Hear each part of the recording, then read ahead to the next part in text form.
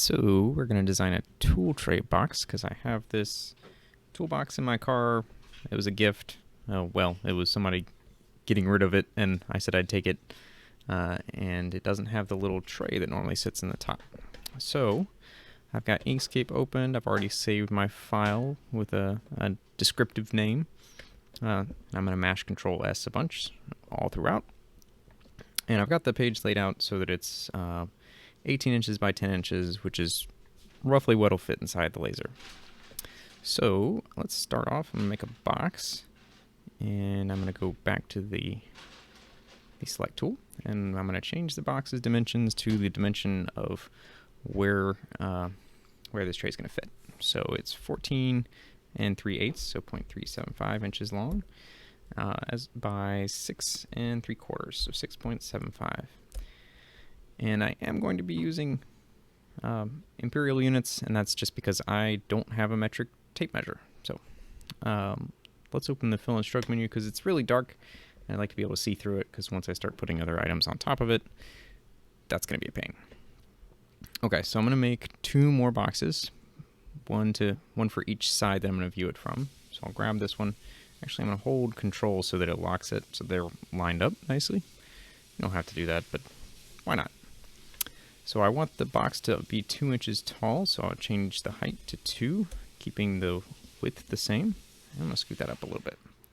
I'll probably add a little handle on the top, but we'll see. I'll duplicate this again and pull it off to the other side. And this will be the side view. So I want the height to stay the same, but the side is going to go to 1.5 inches as well.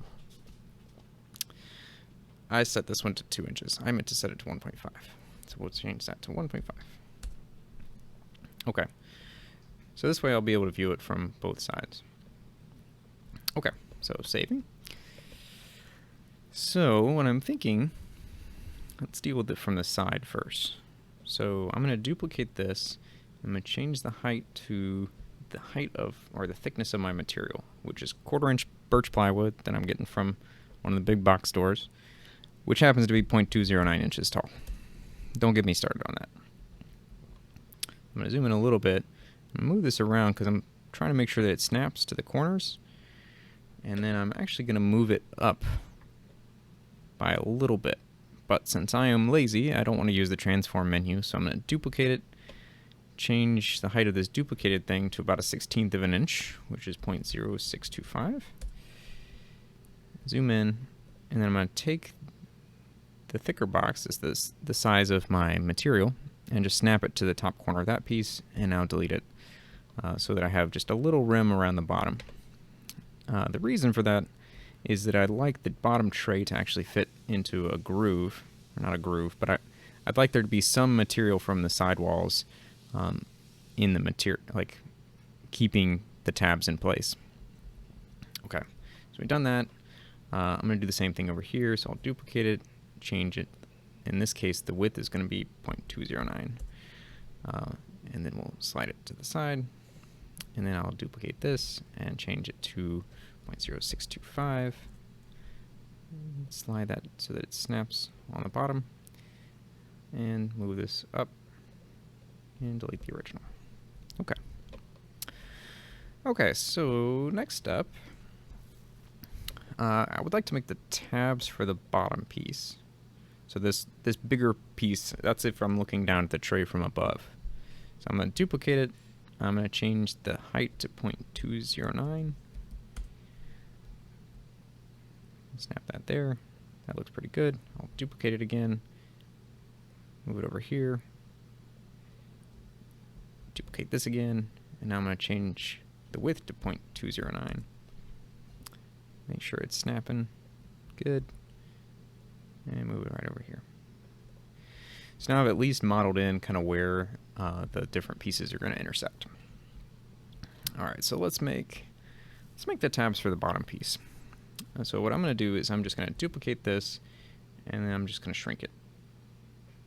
I'm going to hold Control S, or Control and Shift, so I can shrink it.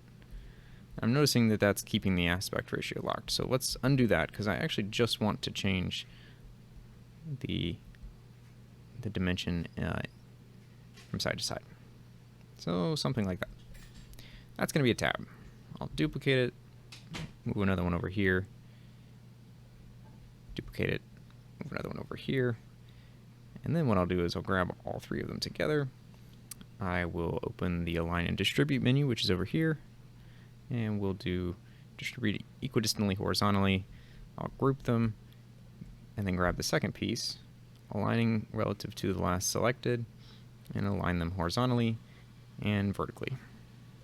So what this did was it made it where these tabs are in the same place. They're centered across that bottom piece. Now I'm noticing that they are not actually lined up properly, which is unexpected. So I did something wrong. So let's grab them all again, ungroup them, and let's make sure to align them horizontally. There we go. Now they're still not exactly where I'd like them to be, but let's group them again. And you know what? This would be a time for another kind of snap. So on the right hand side, I'll open up some more snaps, snap to bounding box, snap to the midpoints, and let's see if this does it. Hey, there we go. So instead of aligning it using the Align and Distribute, I just used the tabs. Alright, so saving again. Then I'm going to grab actually both pieces. So I'm going to grab the bottom bar. I'm going to delete this one up here. You'll see why in a second. And I'm going to duplicate that all, Control D, and move the whole thing up here. So now you can see I've got the tabs on the other side too. Now one of the things I like to do about my tabs is that I like them to not necessarily be such that the tabs and the slots are the same size. And that's mostly so that it doesn't look like I used a box generator. It's very clear to anybody in the know that I made these tabs myself. And of course that makes people think I'm super hardcore, but it's actually not that hard, as you just saw. Okay, so let's do this for the side pieces as well. So again, we're going to duplicate, hold Control, not Control, we're going to hold Shift. We'll make them a different size. And I'll duplicate that, move it over here. I don't know, we'll snap it over there. It doesn't really matter. And then we're going to grab these, group them, and then we'll, now that they're grouped, I can align that whole grouped section to the center. We'll duplicate those again, and zoom out, and snap some over here.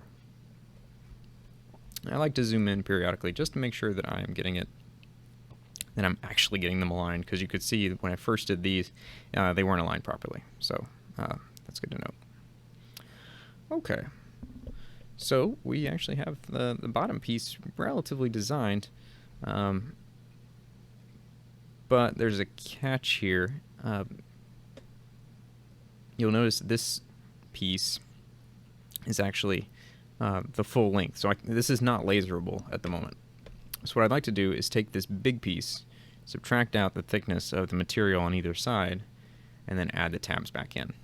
So the way we're going to do that is, first I'm going to grab all of these side pieces and raise them to the top. Because when we do the difference, we're going to need them to be on top of the piece we're cutting them from. So now I'll do difference, and you can see that cut out the top part. Let's do this one, and difference, grab this one. And by the way, I could have just unioned all of those side pieces together and then done this as one step, but I don't know that that's really any faster. All right, worth noting, it looks like these are connected, but they are totally not. So what I'm going to do is first grab these all, and in order to use those difference commands, I'm going to need to have them all ungrouped. Or basically using any of these path commands, it has to be ungrouped. So now I will union them all together, and this looks okay. I'm going to open up the node editing tool, because sometimes you get some weird artifacts where it was just touching on a line, and so it didn't really join the two. There was like an infinitesimally small line, but no such problem here. Oop, except I clicked undo. So let's redo the union, and there we go. Cool, so that's the bottom piece. Okay, well, let's do the side pieces. But first, I'm realizing that I'd like to have a groove that goes right down the middle, that this, so that I can make a middle piece of the tray that sticks up. I may actually leave that out on the first version. We'll see how I'm feeling. Alright, but we'll duplicate this and just snap it to the middle of the bounding box, because that's where we'll put more tabs. So it's nice to have a place to align the tabs. Actually, we'll duplicate that, and I kind of want to put the boxes back on the sides just so that this actually looks like the part. But what I'm going to do is change these so that they're a different color using the fill and stroke menu. I'll make them like light red. We'll duplicate this one and pull it over here. Snap it, duplicate, snap it. I'm going to grab both of those and change them to like a green color. That way all the pieces are slightly different colors, and we'll change this one too to make it blue. And then we're going to run out of primary colors, but that's okay. Okay. So now let's make the tabs on the sides. And I think what I'd like to do, so let's make this easy. So I'm going to duplicate this, change the length to 0.209. So now I've got a piece there, duplicate, piece over here, duplicate, hold shift. You know, I don't really need to hold shift here. I'm just going to move it up. That looks good.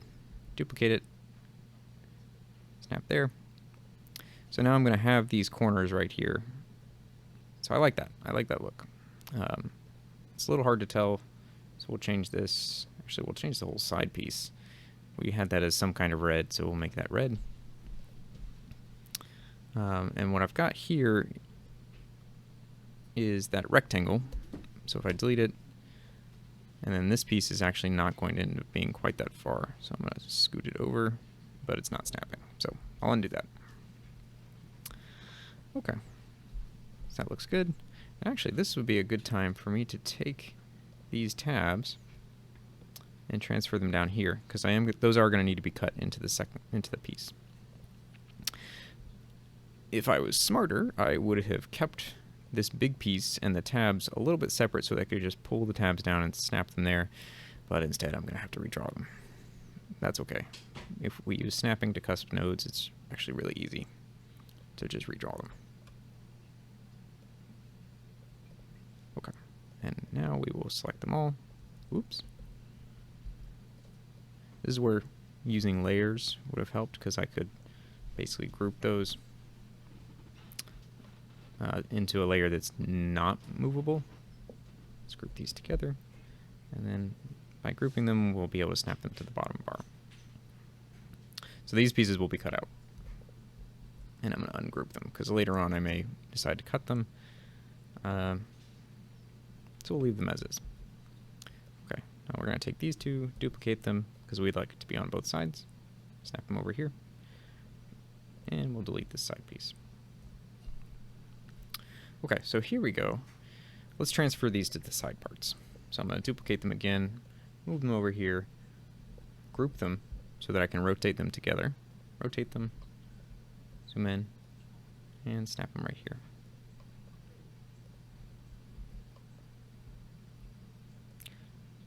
And snap.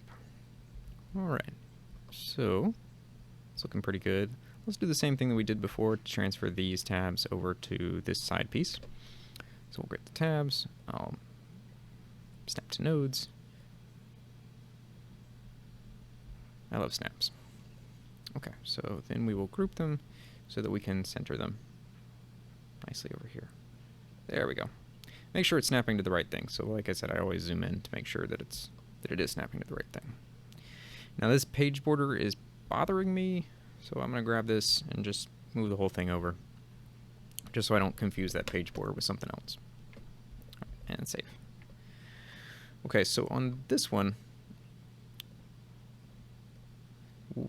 the question is whether we want these to be combined with this side, so whether we want this to be the slot, or whether we want this to be the tab. And for the moment, I don't know that it really matters.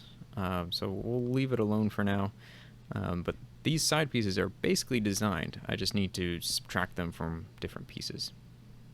So why don't we go ahead and do that. We'll subtract the parts that are going to be on the outside or on the border of the piece. So we'll, instead of grouping them, we want to union them so that we can subtract them from the thing underneath using difference. Cool. Okay, so I'm noticing a problem. this part below is going to get duplicated. In that if I do it this way, I'm going to have to subtract it from the other part. So instead of doing it that way, I think I'm actually going to take, let's ungroup these, and since they're actually not grouped now, they're unioned, we have to use this break apart to slice them into separate pieces. So I'm going to take this whole thing and I'm just going to stretch it down, not holding control because that clearly did the wrong thing, holding shift, not holding shift because that also did the wrong thing. So we'll just click and drag them normally. Unfortunately, this is not snapping down there. It would be a lot cooler if it did. And that's probably because I don't have it snapping to bounding box corners. So let's try that. Nope, no luck. So let's save, let's click off of it. And then sometimes if we click back onto it, it'll work. Inkscape's funny like that. So it's not working. So what we'll do is we'll create a box. And this is also not snapping, so what we'll do is we'll basically turn all the snaps on. There we go. See if this helps. So I'm going to send this a little bit, I'm going to send this way down to the bottom. That way I can click on these ones on top. And it really just doesn't want to snap. Weird. So what we'll do is we'll just move that piece. It's now snapping to a bunch of other stuff. So we'll send this to bottom. I want to get rid of that original box. That did not work out as I'd hoped. And I've got too many different snaps on. So we'll turn off the side, the middle one. That way it should just snap to the corner. There we go. Okay, that's better. And now we need to do it to all the others before we forget, because I will totally forget. So we will duplicate those. We use duplicate a lot. Make sure they snap to the right place. Yep. We will duplicate them, slide them over here. Oop. Let's get rid of these first. That way we don't forget. We'll group them, rotate them, snap them, ungroup, duplicate, and move down there. Good. Okay. Yeah, we'll leave this middle piece out. I think I'm going to be able to get the tray out just fine. Well, I don't know. I have mixed feelings on that.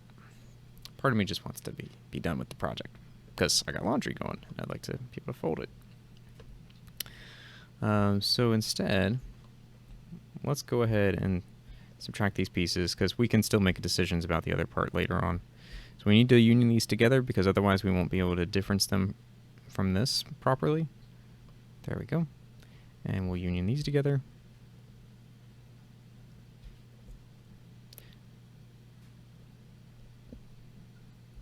Now I am not subtracting these inner ones, and there is a good reason for that. If I subtracted these inner ones, it'll make it a lot harder for me to adjust for the kerf, or the thickness of the laser. That's going to be a lot easier if those stay separate pieces. Alright, now this time, we are not going to subtract those from here. So we're going to have to do something interesting. We'll make a new box, right there. And what we'll do is we'll subtract, well first let's lower the box to the bottom. We'll grab these two, not that one. So we'll lower this to the bottom. These two, and we will union those. And then we will grab the box underneath it, which is going to be tough. Actually, it's not going to be that tough because I'll just click drag and it doesn't look like anything happened, but we'll do the difference. So now we just have a tab, which we can then subtract from these side pieces. And before I do this, I'd rather just not do that piece again. So first let's undo that, and then let's make a little box. Handle to path. So what that's doing is it's snapping to over there somewhere. And we can slide this up. Oop, nope, I'm making a new box.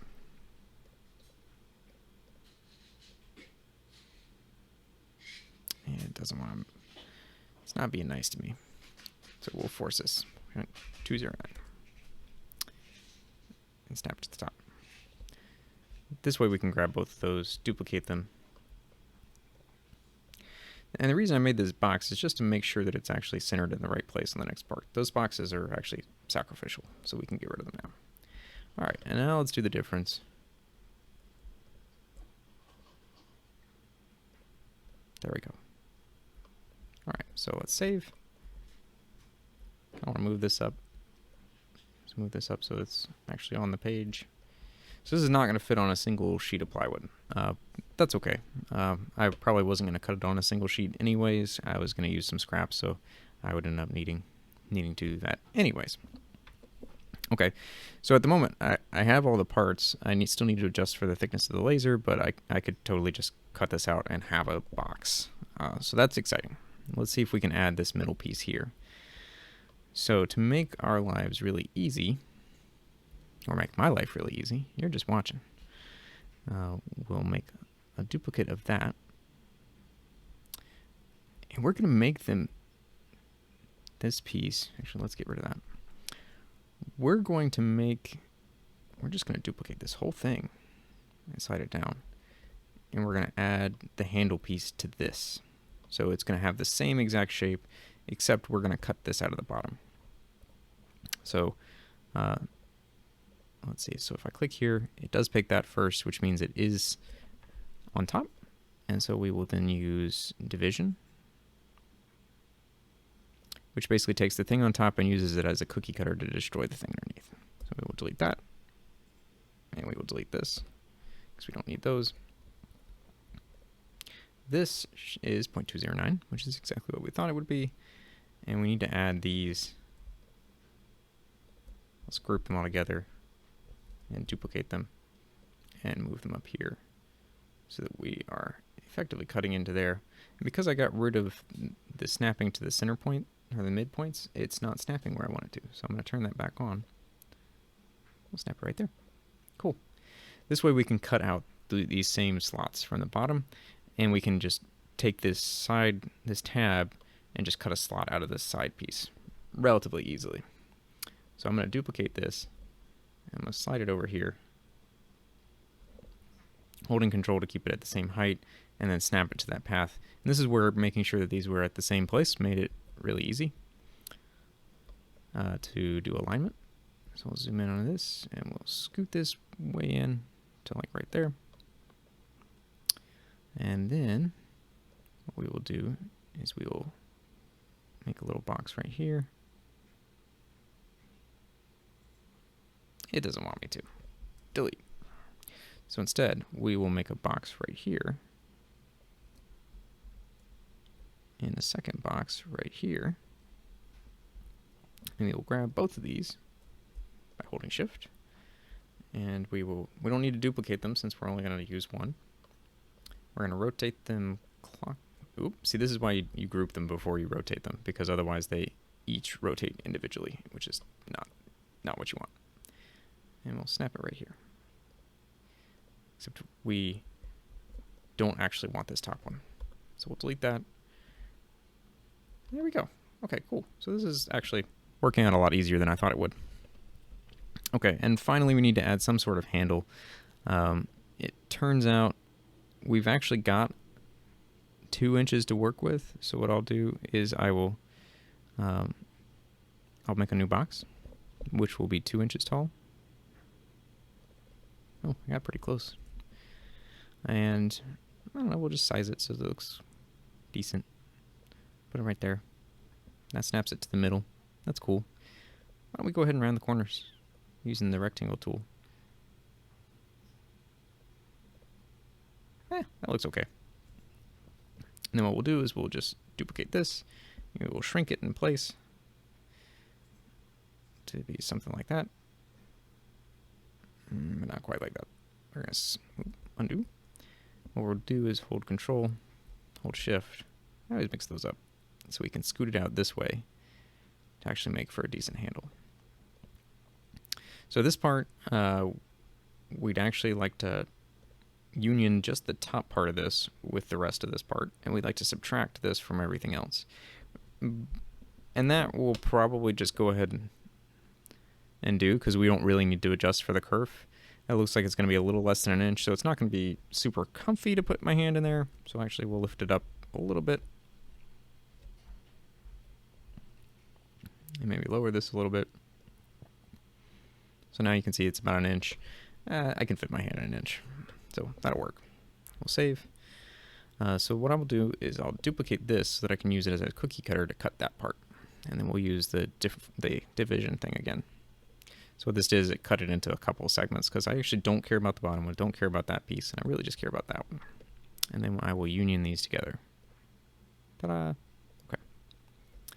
And then let's do the same with these bottom parts. But notice these are grouped. So we'll ungroup them, and then we should be able to union them. If you try to use any of these path things with a group involved, it will just ignore you. It's very rude. Okay. This actually looks pretty good. All these are just outside cuts with the exception of this little piece here. So what I'm going to do now is I'm actually going to save this as a new file, and we will affix print to the end. And now I'm going to start adjusting for the kerf. I'm also going to start deleting stuff that I don't need. These are really just supposed to help me in modeling, but I don't need them to actually do the design or to get the final printing pieces. So all this stuff is just placeholders for other things we're going to get rid of. Okay. Actually, that was it. So that wasn't too bad. Okay, so now I'm going to ungroup those. I'm going to take these part by part and adjust for the kerf. So let's start with this piece. The way we do this is I'm going to give it a stroke. I'm going to get rid of the fill, and I'm going to set the stroke style to 0.006, which is the thickness of the laser I'm going to be using. And then we will grab each of these and we will do the exact same thing. So give it a stroke, it's set to 0.006, get rid of the fill. And now we're going to use that stroke, and under the path, use stroke to path. What that did is it made it where this is actually two lines, an outside and an inside one. And what we want with the outside cuts is we actually want the outer one. So the way we get that outer one is we use break apart so that it'll be two separate items, and we use union because we want the outer one so we can just consume the smaller one inside of it. Give it a stroke paint again and get rid of the fill, and now this one's already taken care of. For these are inside cuts. We actually want the inside circuit, so we're still going to do the exact same thing. We're going to do stroke to path, and I like to zoom in just to make sure, yep, I got two. We're still going to use break apart, except this time it's a little bit more tedious. We just got to make sure to go in and we want to grab the outer one and delete it. I have to do that for each of them. Send to bottom. That's an easy way to, if it's selecting the one on the inside, it means the inside one's on top, which means you can send it to the bottom, so this makes it really easy for you to select the other one. Alright, and let's change these. No fill, give it a stroke. And we'll make it a different color. Doesn't really matter what color, just needs to be different. That way the laser knows that it's a separate cut item, so I can cut those first and the other part second. Alright, let's do it with this piece. So the process is going to be exactly the same, so there's nothing special.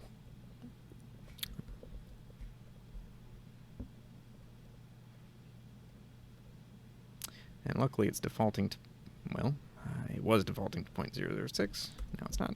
So we'll change it. You always want to make sure, because if it's not, then you're going to be off. That's bad. Alright, and we will stroke to path, break apart, union, because this is an outside piece, give it a stroke again, and get rid of the fill. Ta-da.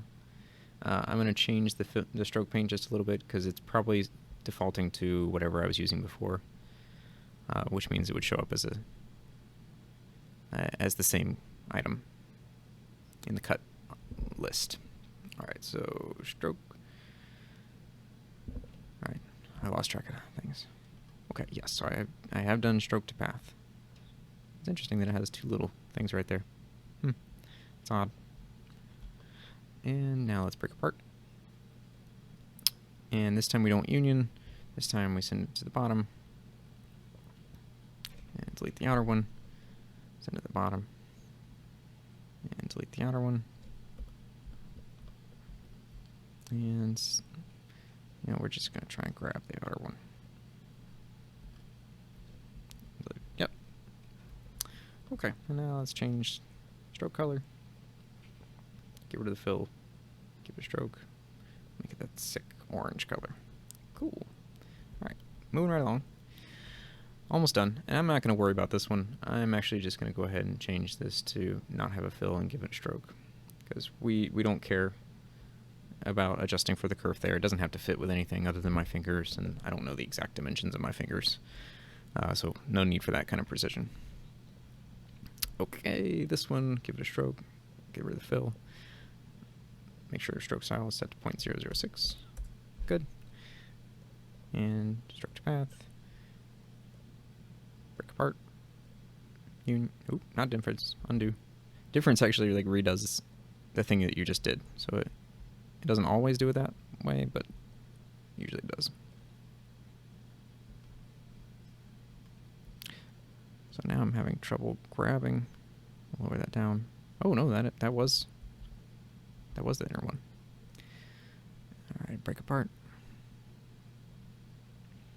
It's a lot easier to use union before it has before you've clicked off of it, because then it still has both of them selected. If it doesn't have both of them selected, then you have to select them separately, and since they're both filled in, it just becomes like a whole thing. So, not into that. That one will be lavender colored.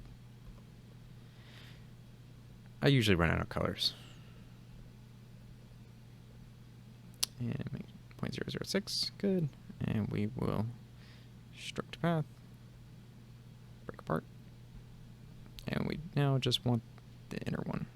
So, bottom, like that.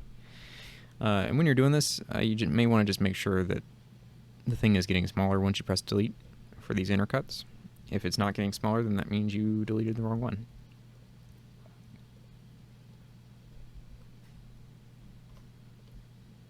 Okay, so we want to go over here and change it to, that's kind of a nice shade of blue. I don't remember if I changed this one. It only has to be different by like one red, green, blue value, so it doesn't actually have to be very different. And this one will be fast. So make sure it's got a stroke. Make sure it's 0.006. Get rid of the fill. You don't actually have to get rid of the fill. I just find it easier to keep track of things. Alright, so stroke to path. Break apart. Union. I actually learned this trick from Logos by Nick, where he was using it to create perfect offsets of different shapes, which I thought was really neat, and saw that that could be used for adjusting for the kerf. But he was using it to get nice shapes, because you may notice if you've ever tried to use the offset command or outset command, it looks terrible. It always ends up looking gross. But using that stroke to path, all that jazz, works pretty well. Okay, so this is the design. Now I'll have to duplicate this part and duplicate all of this part, but for the most part, this is done. Oops, I just created a guideline. So what I'm going to do just before I put it in the software is I'm going to group this all together so that when I try to move it around on the page, I'm personally using a Glowforge. I'll be able to move them as a group rather than as parts. Okay. All right, so that's it. Thanks for sticking along with me, and I'll see you next time. All right, so here is the finished tray. I'm actually pretty happy with how it turned out. Take it out of the box. Let's see. Looks decent. Now, the one thing I did notice about it is that you'll notice that there are some pretty big gaps right around here. And that's because the board that I actually ended up using, my cat is like trying to claw up my leg. The board that I ended up using was significantly smaller than the board that I had actually planned on using. So instead of it being 0.209 inches or 209 thou, it ended up being only 175 thou, so 0.175. that's a good deal smaller, so gaps were kind of to be expected. All right, stop, buddy. In case anybody's wondering, this is Gizmo. He's my cat. But for my purposes, this actually is going to work out. So it fits inside the box, and I think if I was doing it again, I might make the walls a little bit smaller, and I would definitely actually measure the board that I was planning on using, instead of measuring, just kind of going with what it normally is. So thanks for watching the video, and if you like this or would like to see me make some other stuff, or have ideas, please just let me know. I'm interested in hearing about what you'd like to see. All right, take care.